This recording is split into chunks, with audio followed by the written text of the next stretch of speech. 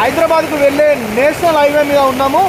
జంగంపల్లి వద్ద తీవ్రమైన వాతావరణ పరిస్థితుల వల్ల నిన్న రాత్రి నుంచి కురుస్తున్న భారీ వర్షాలకు నేషనల్ హైవే పూర్తిగా బ్లాక్ కావడం జరిగింది. దాదాపు 25 కిలోమీటర్ల మేర వాతావరణ పరిస్థితులు అత్యంత దారుణంగా ఉన్న నేపథ్యంలో మనం చూడొచ్చు. బండ్లు కూడా కొట్టుకుపోయే పరిస్థితి, అత్యంత తీవ్రమైన పరిస్థితులలో కామారెడ్డి డిఎస్పీ గారు కూడా ఘటనా స్థలాన్ని పర్యవేక్షిస్తున్న దృశ్యాన్ని కూడా మనం చూడొచ్చు. జేసీబీతో ఆ నేషనల్ హైవేకి సంబంధించిన సిబ్బంది కూడా అంత క్లియర్ చేస్తున్నారు. దయచేసి కామారెడ్డి హైదరాబాద్ హైవేని అవాయిడ్ చేయాలి.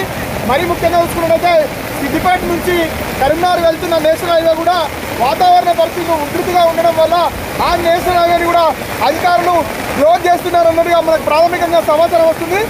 ఎప్పుడు కూడా వాతావరణ పరిస్థితులు అత్యంత ఇబ్బందికరంగా ఉన్నందున ఎవరు కూడా ఇక్కడ ట్రావెల్ చేయవద్దని ప్రజలందరినీ కూడా కామారెడ్డి కలెక్టర్ గారు విజ్ఞప్తి చేయడం జరుగుతుంది.